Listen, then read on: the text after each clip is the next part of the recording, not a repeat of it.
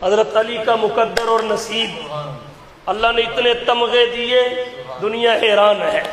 9 बेटे शहीद, खुद भी शहीद, 9 बेटे शहीद, खुद भी शहीद। और हजरत अली और फातिमा की औलाद में हजरत हसन और हुसैन 2 ऐसे नाम हैं, इस्लाम के लिए इन्होंने इतनी बड़ी कुर्बानी दी है कि उस कुर्बानी की दुनिया में मिसाल नहीं मिलती। आप कहेंगे कौन सी कुर्बानी? ये हजरत हसन बिन अली की कुर्बानी है, जिन्होंने इत्तेहाद उम्मत के लिए खिलाफत छोड़ा, इत्तेहाद उम्मत के लिए हुकूमत छोड़ दी। अल्लाह के नबी ने पेशीन गोई फरमाई, इन्नबनी हाजा सय्यद, इन्नबनी हाजा सय्यद वलअल्लाह अन युस्लिह बिही बैन फियतैनी अज़ीमतैनी मिनल मुस्लिमीन। फरमाया इन्नबनी हाजा सय्यद, ये मेरा सरदार बेटा है, लअल्लाह अन युस्लिह बिही फियतैनी अज़ीमतैनी मिनल मुस्लिमीन। यकीनन अल्लाह इसके जरिए मुसलमानों की 2 अजीम जमातों में सुलह करवाए। वो जमातें काफिरों की नहीं होंगी, मुसलमानों की होंगी, आम नहीं होंगी, अजीम होंगी।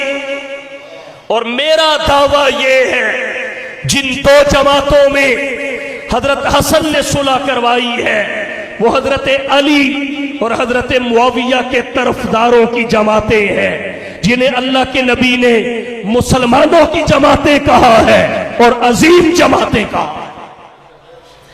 कहते हैं इनमें लड़ाई क्यों हुई? मैंने कहा होना ही थी, दुनिया की कोई ताकत रोक नहीं सकती थी। इसलिए कि जब नबी कह दे हसन 2 अजीम जमातों में सुलह करवाएंगे, तो भला लड़ाई से पहले भी सुलह करवाई जाती है, भला लड़ाई से पहले भी सुलह करवाई जाती है, दौरा करके तो सरफ नाहव नहीं पड़ी जाती। लड़ाई पहले होती है, सुलह बाद में करवाई जाती है। इसलिए इस लड़ाई की वजह से ना अली पे तनकीद जायज है, ना मुआविया पे तनकीद जायज है। और फिर एक बात और अर्ज करूंगा, जिस ज़ाते गिरामी ने ये पेशीन गोई फरमाई, समझ लो उसे पता था, अल्लाह की तरफ से बता दिया गया था कि 2 जमातों की लड़ाई होगी। नबी के इदराक में था हजरत अली और मुआविया का आपस में तसादुम होगा, लेकिन इस खबर और इत्तला के बावजूद जो अल्लाह की तरफ से आमिना के लाल को दे दी गई, अल्लाह के नबी ने न हजरत अली को करीब करने से तरद्दुद किया, न मुआविया को करीब करने से तरद्दुद किया। अपनी कुर्बत से अली को भी नवाजा, मुआविया को भी नवाजा, अपनी मोहब्बत अली पे भी निछावर की, मुआविया पे भी निछावर की। अली के लिए भी हाथ उठाए, मुआविया के लिए भी हाथ उठाए, अली को भी दुआएं दी, मुआविया के लिए भी दुआएं की। और अल्लाह के नबी ने दोनों से कोई ताने की शक्ल इख्तियार नहीं की, इसलिए कि अल्लाह के नबी इस लड़ाई की हिकमतें देख चुके थे, इस लड़ाई की बरकतें देख चुके थे। जब अल्लाह के नबी इस लड़ाई का इल्म होने के बावजूद, पेशीन गोई करने के बावजूद इन दोनों शख्सियात और इनके तरफदारों से किसी किस्म की नफरत का इजहार नहीं करते, तो आज नबी के किसी उम्मती को भी इजाजत नहीं है वो हजरत अली की हिमायत में हजरत मुआविया पे जुबान दराज करे या हजरत मुआविया की हिमायत में अली की तनकीस करे।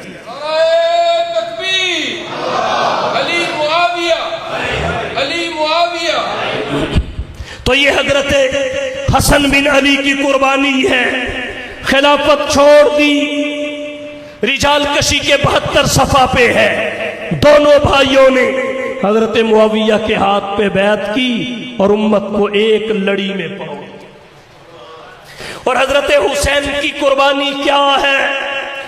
हजरत हुसैन बिन अली ने अमन के लिए, हुसैन बिन अली ने उम्मत की बेहतरी के लिए रोज़े रसूल की कुर्बत छोड़ी, जहां अल्लाह के नबी का मुआजा शरीफ है, जन्नतुल बकी है, जलीलुल कद्र असहाब की कब्रें हैं, उम्महातुल मोमिनीन की कब्रें हैं, नबी के अजीजों और रिश्तेदारों की कब्रें हैं। रोज़े रसूल का साया है, रोज़े रसूल का साया और कुर्बत को छोड़ा, मक्के में आए, फिर मक्का की सुकूनत को छोड़ा, जहां काबतुल्लाह है, हजरे अस्वद है, मकाम इब्राहिम है, मुल्तज़म है, सफा है, मरफा है, जन्नतुल माला है, उधर रोज़े रसूल की कुर्बत, इधर काबतुल्लाह की हरम की सुकूनत छोड़ के करबला की वादियों में जाके शहीद हुए। फिर अकेले शहीद नहीं हुए, अपने खानवादे समेत शहीद हुए, भाई भी शहीद हुए, भतीजे भी शहीद हुए, भांजे भी शहीद हुए, बेटे भी शहीद हुए, अपने दर्जनों अफराद शहीद करवाए। करबला की मैदान लहू से रंगीन हुआ। यहां एक बात कहता हूं, इतने कुर्बानी वाले इमाम को, इतने अजीम इमाम को आ कहते हुए डर लगता है, इसे वाह कहने को जी करता। इतनी बड़ी शख्सियत को हाय कहते हुए डरता हूं, हाय कहते हुए डरता हूं।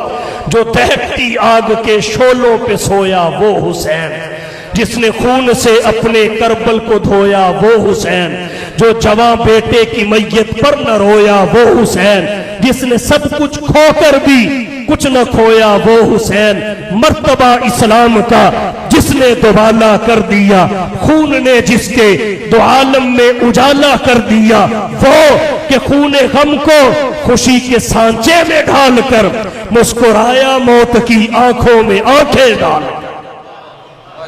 मोमिन आ कहते हुए डरता है और वाह कहते हुए सीना डरता है।